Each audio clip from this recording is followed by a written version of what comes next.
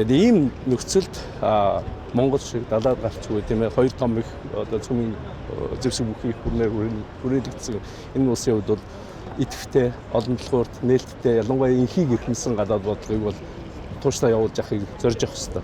Тэгээ энэ хүрээнд Монгол улсын одоо 3 дахь төршийн бодлогоо бас идэвхжүүлэх шаардлагатай. Тэгээ энэ ажлынхаа хүрээнд бидний хувьд бол өнөөдөр энэ бүгд найрамдах чек улсад хийж байгаа Монгол улсын ерөнхийлөгчийн төрийн ажилт бол маш их юм чухал ажил болж байна гэж ойлгож байна. Ялангуяа бүгд найрамдах чек улс бол мөн далаад гарцгүй тийм ээ. Мэдээж Европын том их гүрнүүдтэй харьцуулах юм бол эдгээр баг гэж үзэгдэх боловч маш идэвхтэй тоглодог. Энэ тал дээр бид Монгол улс олон талт хамтын ажиллагаа энэ дотор нэгдсэн үндэсний байгууллага дээр харилцан бие биенээ нөхсөн энэ олон улсын эрх зүйн хэмжээг тогтвортой хадгалах хоёр талын харилцан хамтын ажиллагаагаа олон салбаруудад хөгжүүлэх зэрэг дээр бол хоёр улсын ерөнхийлөгч харилцан тохиролцож энэ хүрээнд харилцааны түвшингөө шатаар ихвэлж эжгүрэн түншлэлийн харилцаанд хүргэж байгаа нь бол маш чухал гэж судлаачийн зүгээс үзэж байна.